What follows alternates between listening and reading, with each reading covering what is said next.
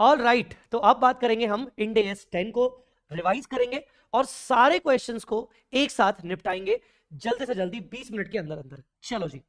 So Ind AS 10 events after the reporting period. सबसे पहले तो रिपोर्टिंग पीरियड आपका एनुअल फाइनेंशियल पीरियड भी हो सकता है या फिर एक इंटरिम पीरियड भी रिपोर्टिंग पीरियड हो सकता है। जैसे इंटरिम पीरियड मेरा 1 अप्रैल से 30 जून है, तो 30 जून के बाद अगर कोई इवेंट्स होते हैं तो मैं उनको भी कंसीडर करूंगा for their interim financial statements.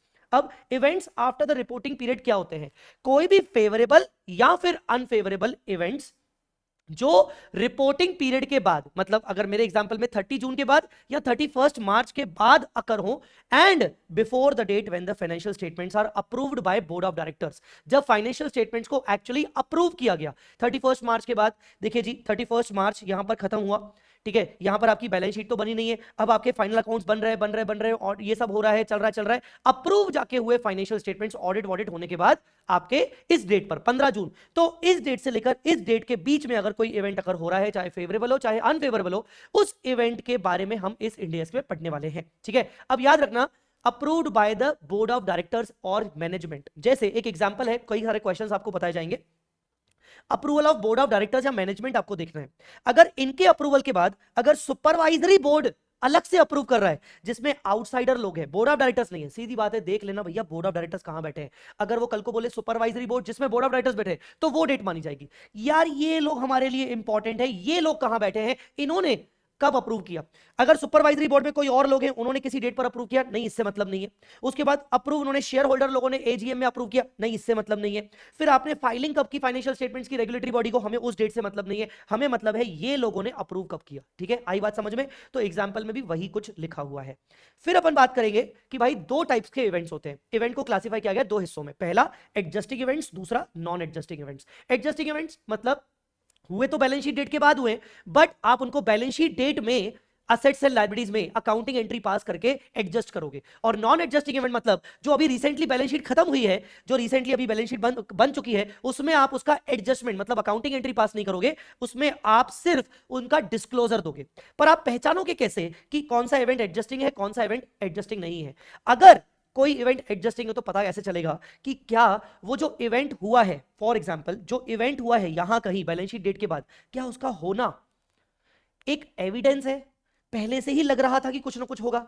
तो होना अपने आप में सिर्फ एविडेंस है क्या? कंडीशन तो पहले से ही एग्जिस्ट कर रही थी। तो अगर कंडीशन पहले से ही एग्जिस्ट कर रही थी बैलेंस शीट डेट पर, सर्कमस्टेंसेस पहले से ही एग्जिस्ट कर रहे थे और उसका होना वाज जस्ट एन एविडेंस, तो उसको माना जाएगा एडजस्टिंग इवेंट। तो occurrence of event is just an evidence of what we expected on the balance sheet date. Balance sheet date पर क्या हमने एक्सपेक्ट किया था वो बैलेंस शीट डेट के बाद हो गया, तो एविडेंस मिल गया कि देखो ये हुआ, तो उसको बोलोगे आप एडजस्टिंग इवेंट। ठीक है, नॉन एडजस्टिंग इवेंट मतलब बैलेंस शीट डेट पर ऐसे कोई सर्कमस्टेंसेस एग्जिस्ट ही नहीं कर रहे थे, कंडीशन एग्जिस्ट ही नहीं कर रही थी, जो भी इवेंट अगर हुआ उसके बारे में हमने पहले ऐसा कुछ सोच के नहीं रखा था, तो जो भी इवेंट हुआ वो इंटायरली नया इवेंट हुआ।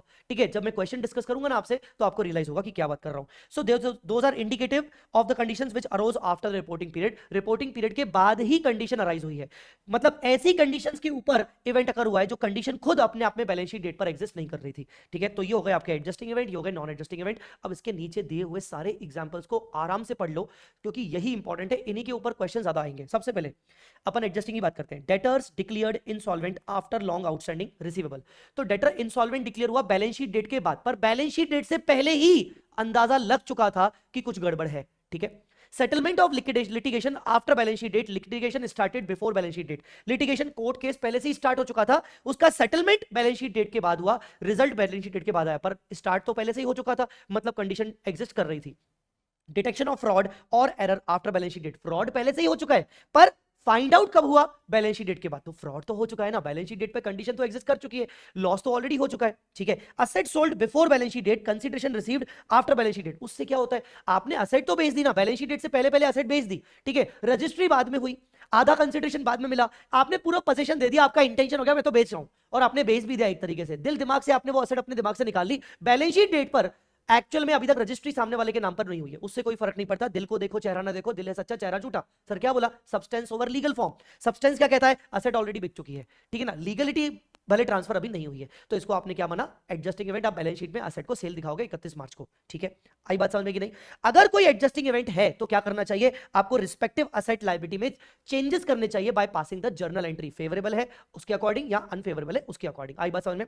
एक और पांचवा एग्जांपल है बहुत important, NRV based on selling price after balance sheet date. आप जब भी इन्वेंट्री की एनआरवी फाइंड आउट करते हो, कॉस्ट और एनआरवी व्हिचएवर इज लोअर करने के लिए, तो जो एनआरवी आप फाइंड आउट करते हो वो बैलेंस शीट डेट के बाद की सेल वैल्यू पे फाइंड आउट करते हो, तो उसको भी एडजस्टिंग इवेंट मानते हैं। तभी हम वो एनआरवी लेके अपने 31 मार्च में एडजस्ट करते हैं, ठीक है। तो ये होगा आपके adjusting event. Non adjusting event क्या है, decline in the fair value of investment after balance sheet date. Balance sheet date के बाद आपकी इन्वेस्टमेंट की फेयर वैल्यू गिर गई। अगर बैलेंस शीट डेट पर गिर रही होती तो हम तो पहले से बेच चुके होते, तो ये नॉन एडजस्टिंग है।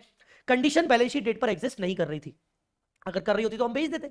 Destruction of asset of entity by flood occurring after the balance sheet date. Obviously balance sheet date पर पता होता कि फ्लड होने वाला है तो हम क्या अपने आप को बचा नहीं लेते, है ना। तो बैलेंस शीट डेट पे हमें पता नहीं था, बैलेंस शीट डेट के बाद फायर हो गया, फ्लड आ गया, इन सब के केस में हमारा असेट डिस्ट्रॉय हो गया। नॉन एडजस्टिंग, हाँ इसका अकाउंटिंग एंट्री नेक्स्ट ईयर होगा जिस साल में इवेंट हुआ है, पर बैलेंस शीट डेट पर जो अभी फाइनलाइज हो रही है उसमें डिस्क्लोजर देना पड़ेगा। Negotiation to purchase the property initiated before balance sheet date. मान लो दिसंबर जनवरी के आसपास मैं प्रॉपर्टी परचेज करने की नेगोशिएशन स्टार्ट कर चुका हूं, मेरी बातचीत चल रही है, पर एक्चुअल जो डीलिंग हुई, पूरा डीलिंग एग्रीमेंट कॉन्ट्रैक्ट वगैरह हुआ, वो सब बैलेंस शीट डेट के बाद हुआ। तो बेटा इसको भी आप यहां पर एडजस्टिंग इवेंट नहीं बोल सकते हो, ये बोल के कि नहीं कंडीशन तो एग्जिस्ट कर रही थी। बेटा सिर्फ बात चल रही थी और जरूरी नहीं कि वो ट्रांजैक्शन हो ही जाता, ठीक है ना। Negotiation to purchase property initiated before balance sheet date but the actual transaction completed after balance sheet date. आपको इसको याद रखना, सोच समझ के याद रखना, इसको आपको नॉन एडजस्टिंग ही मानना है। नॉन एडजस्टिंग के केस में आप जो बैलेंस शीट अभी आपकी बन चुकी है उसमें एसेट लायबिलिटी जो दिख रहे हैं उसमें चेंजेस करने की जरूरत नहीं, अकाउंटिंग एंट्री करने की जरूरत नहीं। हाँ आपको प्रॉपर डिस्क्लोजर देना पड़ेगा उसी बैलेंस शीट के साथ साथ, ठीक है। चलिए अब स्पेशल 3 केसेस देख लेते हैं। पहला इक्विटी डिविडेंड डिक्लेयर। बेटा इक्विटी डिविडेंड डिक्लेयर हमेशा कब होता है, एजीएम में होता है। एजीएम कब होती है, बैलेंस शीट डेट के बाद होती है। इसीलिए इसका मतलब ये हुआ कि इसको आप हमेशा नॉन एडजस्टिंग इवेंट मानते हो, क्योंकि बैलेंस शीट डेट पर आपकी कोई ऑब्लिगेशन नहीं है डिविडेंड पे करने की। तो हेंस अगर फाइनेंशियल ईयर 25-26 अगर आपका चल रहा है, 25-26 आपका खत्म हो चुका है और आपने डिविडेंड डिक्लेयर किया है जून में, आपने डिविडेंड डिक्लेयर किया है जून 2026 में, तो आप उसकी एंट्री 25-26 के ईयर एंडिंग में नहीं दिखाओगे, आप उसको रियल एंट्री जून 26 में ही करोगे। हाँ 25-26 को आप सिर्फ डिस्क्लोजर दिखाओगे कॉन्टिंजेंट लायबिलिटी का। ये बात कर रही है इक्विटी डिविडेंड के केस में, प्रेफरेंस डिविडेंड के केस में नहीं। प्रेफरेंस डिविडेंड में तो इनहेरेंट असम्पशन है कि भाई वो तो डिक्लेयर हो ही चुका होगा। गोइंग कंसर्न, अगर बैलेंस शीट डेट के बाद कोई ऐसा इवेंट अकर हुआ है जिसके कारण एंटिटी का गोइंग कंसर्न अजम्पशन लेना अब अप्रोप्रिएट नहीं है, एंटिटी का ये कहना कि हमारा बिजनेस तो चलता रहेगा, अब ये एंटिटी को बोलने में शर्म आ रही है, ऐसा कोई इवेंट हुआ है, तो भाइयों बहनों हुआ तो भले वो हो सकता है उसके वो एक नॉन एडजस्टिंग इवेंट हो, पर क्योंकि वो एंटिटी के गोइंग कंसर्न पर अफेक्ट कर रहा है तो उस इवेंट को हमेशा आप एडजस्टिंग इवेंट ही मानोगे, चाहे उसका नेचर कुछ भी हो, चाहे उसका नेचर नॉन एडजस्टिंग ही क्यों ना हो। तो फिर से अगर किसी इवेंट के कारण एंटिटी का going concern assumption no longer appropriate, अब अजम्पशन लेना सही नहीं है, तो ऐसे केस में आप हमेशा उस इवेंट को एडजस्टिंग इवेंट मानोगे, असेट लायबिलिटी को हमेशा रियलाइजेबल वैल्यू पे दिखाओगे। हाँ जी, असेट लायबिलिटी को रियलाइजेबल वैल्यू पर दिखाओगे। इसका क्वेश्चन आपको फ्रेमवर्क वाले चैप्टर में, कंसेप्चुअल फ्रेमवर्क वाले चैप्टर में आपको एक क्वेश्चन मिलेगा जो गोइंग कंसर्न वाला क्वेश्चन है, जहां पर वो बोल रहे हैं आपको P&L बैलेंस शीट बनाओ विद गोइंग कंसर्न और विदाउट गोइंग कंसर्न। वो क्वेश्चन जरूर देख के जाना। Next is long term arrangement, ये आपने इंडिया वर में पढ़ा हुआ है। तो यहां पर वही बोल रहा है कि अगर मान लो ब्रीच ऑफ मटेरियल प्रोविजन हुआ है, मान लो बैलेंस शीट डेट से पहले ही, ऑन और before the end of reporting period के एंड से ही, मतलब बैलेंस शीट डेट से पहले ही आपने कोई मटेरियल प्रोविजन का ब्रीच कर लिया, जिसके कारण आपका long term loan payable on demand हो गया, ऑन डिमांड पेबल हो गया ब्रीच के चक्कर में, तो फिर आप क्या करोगे, लॉजिकली वो आपकी करंट लायबिलिटी मानी जाएगी। बट अगर lender agreed after balance sheet date before the approval of financial statements not to demand the payment, पर अगर आपने मान लो लेंडर को मना लिया, बैलेंस शीट डेट के बाद मना लिया, अप्रूवल डेट से पहले कि भाई मान जा यार, रेक्टिफाई कर रहा हूं मैं, मान जा, वो मान गया, वो बोल रहा है चलो ठीक है कोई बात नहीं, अब ये रिपेबल ऑन डिमांड नहीं है। अगर वो मान गया बैलेंस शीट डेट के बाद, अप्रूवल डेट से पहले, तो इसको आप एडजस्टिंग इवेंट मानोगे, आप उसको कंटिन्यूअसली लॉन्ग टर्म लोन ही मानोगे, ठीक है। एक last but not the least, अगर कंपनी अपने नॉन कैश असेट्स को डिस्ट्रीब्यूट करती है ओनर्स को, तो इसको भी डिविडेंड की तरह ही ट्रीट किया जाएगा। नॉन कैश असेट्स को अगर डिस्ट्रीब्यूट करती है ओनर्स को तो इसको डिविडेंड की तरह ट्रीट किया जाएगा। फर्क इतना है कि इस डिविडेंड को आप मेजर करोगे fair value of assets to be distributed, fair value of assets to be distributed. आई बात समझ में? एंट्री क्या करोगे? Dividend account debit to dividend payable, assets जो आप डिस्ट्रीब्यूट कर रहे हो उनकी फेयर वैल्यू 100 करोड़ है। आगे चल के जब आप एक्चुअली वो डिस्ट्रीब्यूट करोगे, मान लो जिस दिन आपने डिक्लेयर किया आपने एंट्री कर दी dividend account debit to dividend payable, अब जिस दिन आप डिस्ट्रीब्यूट करोगे तो dividend payable account debit 100 to जो भी असेट्स आप दे रहे हो उनकी बुक वैल्यू मान लो 90 करोड़ है। आपने डिविडेंड को रिकॉर्ड कर लिया फेयर वैल्यू पे, पर असेट्स की बुक वैल्यू 90 करोड़ है जिसको आप डी रिकॉग्नाइज करोगे, तो जो भी 10 करोड़ का या जो भी डिफरेंस आएगा डेबिट क्रेडिट में आप उसको पी&एल में लिख जाओगे। आई मेरी बात समझ में? This was your Ind AS 10 in very few minutes. आई बात समझ में? अब बात करते हैं इसके सारे क्वेश्चंस की।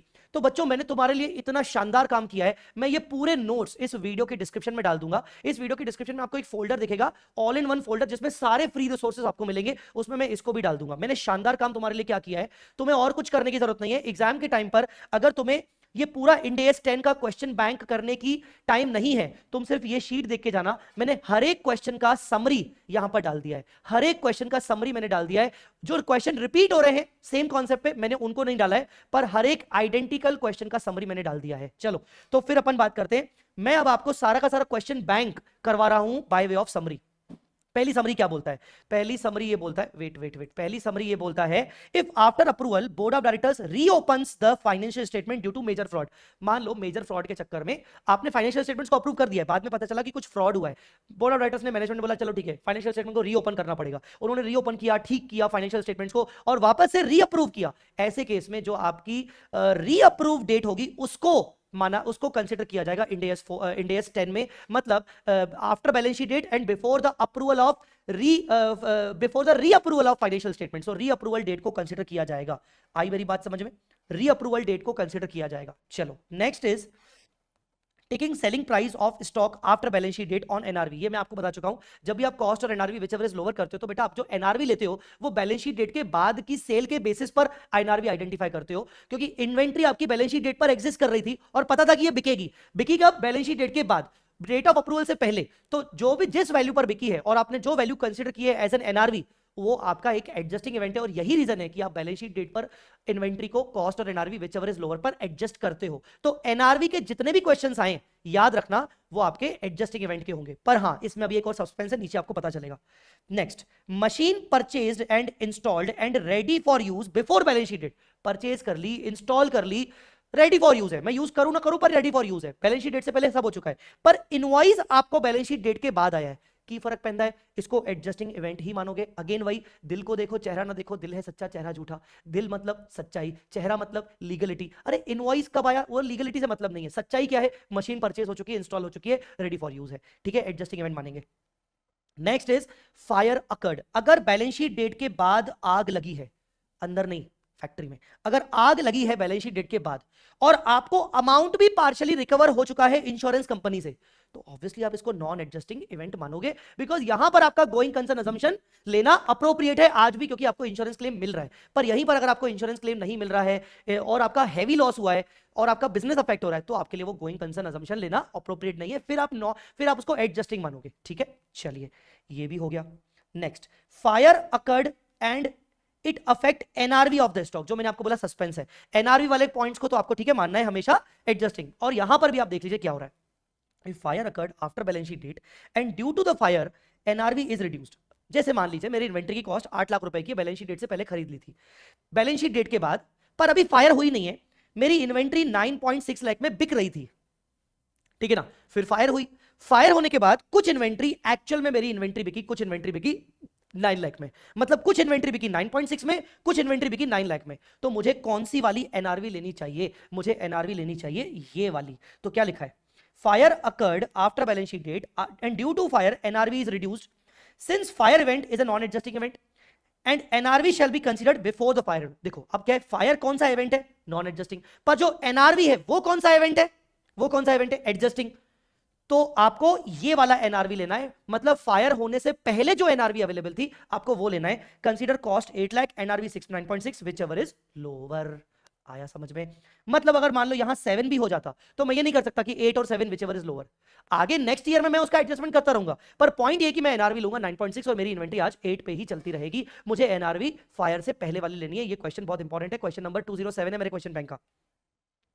चलिए नेक्स्ट पॉइंट पे आते हैं, any structural fault in construction. मान लो मैंने बिल्डिंग कंस्ट्रक्शन किया, मशीन कंस्ट्रक्शन किया, कुछ भी मैंने पीपी कंस्ट्रक्शन किया, प्रोजेक्ट बनाया, कोई पावर प्रोजेक्ट है, ठीक है ना, प्लांट एंड मशीनरी है, आगे चल के उसमें स्ट्रक्चरल फॉल्ट मिला जिसके कारण उसकी लाइफ थोड़ी सी कम हो गई, it found it shall always be treated as an adjusting event since condition of fault are existing on balance sheet date। तो अगर कोई स्ट्रक्चरल फॉल्ट आपको अपने प्लांट एंड मशीनरी में मिला है, बैलेंस शीट डेट के बाद मिला, बैलेंस शीट डेट के बाद है, पर वो फॉल्ट तो पहले ही हो चुका होगा ना, तो इसीलिए आप उसको अज्यूम करोगे कि बैलेंस शीट डेट पर कंडीशन एग्जिस्ट कर रही थी और वो आपका एडजस्टिंग इवेंट है। और अगर एडजस्टिंग इवेंट है तो उस फॉल्ट के कारण असेट की लाइफ कम होनी चाहिए, तो आप डेप्रिसिएशन एडिशनली चार्ज करोगे due to the revised life, और subject to the impairment also, वो असेट आपकी इंपेयरमेंट में भी जाएगी। ये सारे कीवर्ड्स आपको वहां डाल के आने, इंपेयरमेंट की बात करके आनी है, एडिशनल डेप्रिसिएशन की बात करके आनी है। बहुत इंपॉर्टेंट क्वेश्चन है ये 208। मैंने इसको मस्ट डू क्वेश्चन कैटेगरी में भी रखा है, जो हमारे एलडीआर मस्ट डू क्वेश्चंस हैं, मैंने 208 को यहां रखा हुआ है, याद रखिएगा।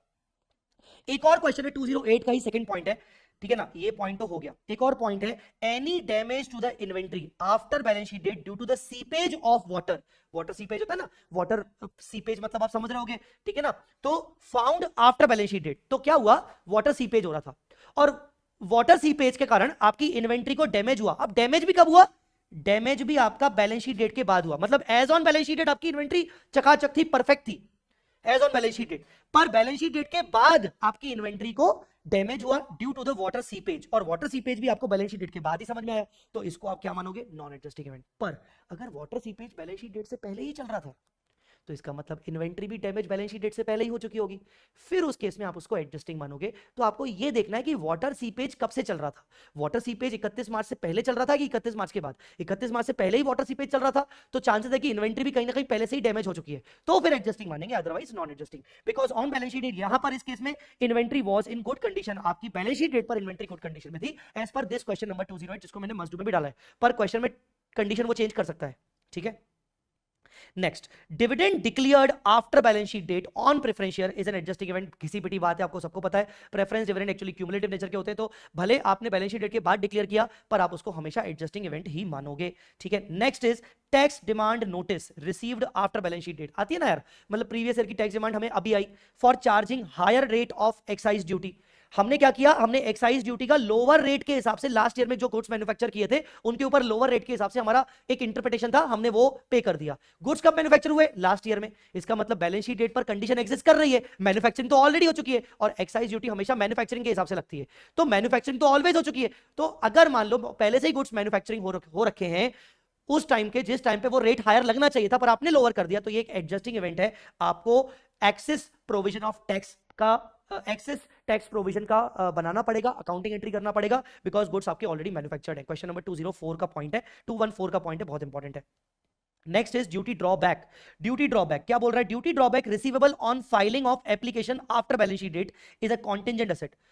आपको ये कहा गया कि आपको ड्यूटी ड्रॉबैक मिल जाएगा, मतलब रिफंड मिल जाएगा, बट आपको उसके लिए एप्लीकेशन फाइल करनी पड़ेगी। एप्लीकेशन आपने बैलेंस शीट डेट के बाद फाइल की, जब आपने बैलेंस शीट डेट के बाद फाइल की तो ये तो आपके लिए कॉन्टिंजेंट एसेट बन गई, आपको मिलेगा सही पर ये कॉन्टिंजेंट एसेट है, आपने बैलेंस शीट डेट से पहले फाइल नहीं किया। नेक्स्ट नेक्स्ट नेक्स्ट क्या है, once sale is recognised and after some time discount is given to the customer. मान लो आपने सेल रिकॉग्नाइज कर ली बैलेंस शीट डेट से पहले, बाद में कस्टमर आपसे डिस्काउंट मांग रहा है, तो क्या करोगे, अरे भाई उस डिस्काउंट को सेपरेटली प्रॉफिट एंड लॉस में एज एन एक्सपेंस दिखाओगे, आप उससे सेल को एडजस्ट नहीं करोगे, इसको एडजस्टिंग इवेंट नहीं मान सकते हो आप, ध्यान रखना।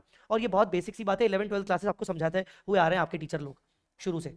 Next is even favourable events are also considered adjusting. मतलब भाई देखो, इवेंट्स में फेवरेबल अनफेवरेबल दोनों को कहा गया है। ये जो पॉइंट्स मैं बता रहा हूं ये 221 के पॉइंट्स है, जिनको मैंने मस्ट डू क्वेश्चंस की लिस्ट में भी डाला है।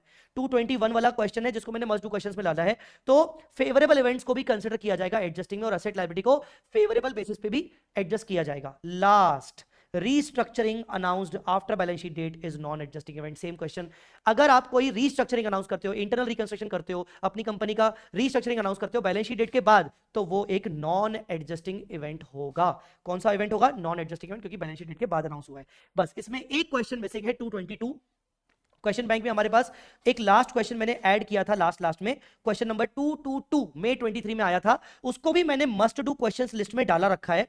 और वो जो क्वेश्चंस है ये 222, ये क्वेश्चन में 3-4 पॉइंट्स है। देखो पहले पॉइंट्स में वो क्या बोल रहा है, पहले पॉइंट में वो आपसे डेट पूछ रहा है कि आपका डेट ऑफ अप्रूवल कब माना जाएगा। तो वो बोल रहा है कि भाई 21-22 को फाइनेंशियल स्टेटमेंट जो है ना वो 5 जून को भेजे गए रिव्यू के लिए, और approval to the supervisory board. Supervisory board में बोर्ड ऑफ डायरेक्टर्स आते हैं, हाँ, और इन्होंने कब अप्रूव किया? इन्होंने 26 जून को अप्रूव किया। बोर्ड ऑफ डायरेक्टर्स जहां पर आ जाए मतलब वो आपकी date of approval of financial statement है, मतलब 26 जून। फिर आप कुछ भी बोल दे, वो शेयर होल्डर्स ने ये किया वो किया, मिनिस्ट्री ऑफ कॉर्पोरेट अफेयर को सबमिट किया, भाड़ में जाए, आपको 26 जून बोर्ड ऑफ डायरेक्टर्स ने अप्रूव किया। Litigation with the income tax department, ये मैं आपको बता चुका हूं, पहले से ही लिटिगेशन चल रहा था भाई। हम कुछ एग्जाम्शन चाह रहे थे तो हमने कुछ इनकम टैक्स डिपार्टमेंट में कुछ अपील्स वगैरह करके रखी थी फॉर द फाइनेंशियल ईयर 18-19 के रिस्पेक्ट में, ठीक है ना। और हमें पता था कि हमें मिल जाएगा, तो हमने कोई टैक्स का प्रोविजन नहीं बनाया, हमें पता था कि हमें एग्जाम्शन मिल जाएगा। पर हुआ क्या, 21 अप्रैल 2023 को सुप्रीम कोर्ट ने हमारा क्लेम रिजेक्ट कर लिया। क्लेम रिजेक्ट कर लिया, एग्जाम्शन नहीं मिलेगा, मतलब अब टैक्स पे करना पड़ेगा। अब जब टैक्स पे करना पड़ेगा तो क्या करना पड़ेगा, मुझे इसका प्रोविजन बनाना चाहिए। फाइनेंशियल ईयर 18-19 के रिस्पेक्ट में बात चल रही है, पर अभी ऑर्डर आया 21 अप्रैल 2023 का, तो मैं इसका क्या करूं, मैं इसका बेसिकली इसको एडजस्टिंग इवेंट मानते हुए 18-19 में नहीं ले जाऊंगा, जो अभी मेरे रीसेंट फाइनेंशियल स्टेटमेंट्स बंद हुए हैं, खत्म हुए हैं, मतलब 31 मार्च 2023, उसमें मैं उसको एडजस्ट करूंगा, मैं उसको एडजस्टिंग इवेंट मानूंगा, बिकॉज लिटिगेशन तो पहले से ही चल रहा था ना। 31 मार्च 2023 को तो लिटिगेशन ऑलरेडी चल रहा था, बस उसका जजमेंट बाद में आया, तो 31 मार्च 2023 को ये एडजस्टिंग इवेंट माना जाएगा और हमें टैक्स का प्रोविजन बनाना पड़ेगा। ठीक है, ये आपका नॉर्मल डेटर वाला क्वेश्चन है, ये तो बहुत ही सिंपल है कि भाई पहले से ही आपने सेल कर लिया, बैलेंस शीट डेट से पहले ही उसके साथ कुछ घटनाएं घटित हो चुकी है, तो आप ऑलरेडी उसके ऊपर 60% प्रोविजन बना चुके हो। पर बैलेंस शीट डेट के बाद आपको पता चला कि भाई वो तो इंसॉल्वेंट डिक्लेयर हो गया, अब आपको क्या करना पड़ेगा, अब आपको 100% प्रोविजन बनाना पड़ेगा considering adjusting event. Next, delimited acquired equity shares of another company, ये आपके इन्वेस्टमेंट की वैल्यू गिर गई, आपके इन्वेस्टमेंट की वैल्यू 28 लाख में आपने खरीदा, 31 मार्च को बढ़िया 35 लाख हो चुका था, आप बढ़िया मजे में चल रहे हो, आपने बढ़िया नींद प्राप्त कर ली, अगले दिन सुबह उठे और आपका दिमाग खराब, आपने बोला भाई ये तो 20 लाख के हो गए। ये आपने क्या किया, तो आप इस बोलोगे ये नॉन एडजस्टिंग इवेंट है, क्योंकि पहले पता था तो मैं इसको सेल कर लेता, तो इसको आप नॉन एडजस्टिंग इवेंट मानोगे। Last, Tanmay limited was in negotiation with the Varun limited on 1 December to acquire the land. Negotiation start हो चुके थे, पर नेगोशिएशन कंक्लूड हुए अप्रैल में। मैंने अभी आपको थोड़ी देर पहले बताया कि ये वाले जो पॉइंट्स होते हैं ये हमेशा नॉन एडजस्टिंग होते हैं, इसको नॉन एडजस्टिंग मानना पड़ेगा। दैट्स इट गाइस, तो ये हो गया आपका इन AS 10 in very less minute of time along with all the discussion of questions. I hope आपको ये वीडियो अच्छा लगा होगा, अगर हाँ तो hit the like button and subscribe the channel.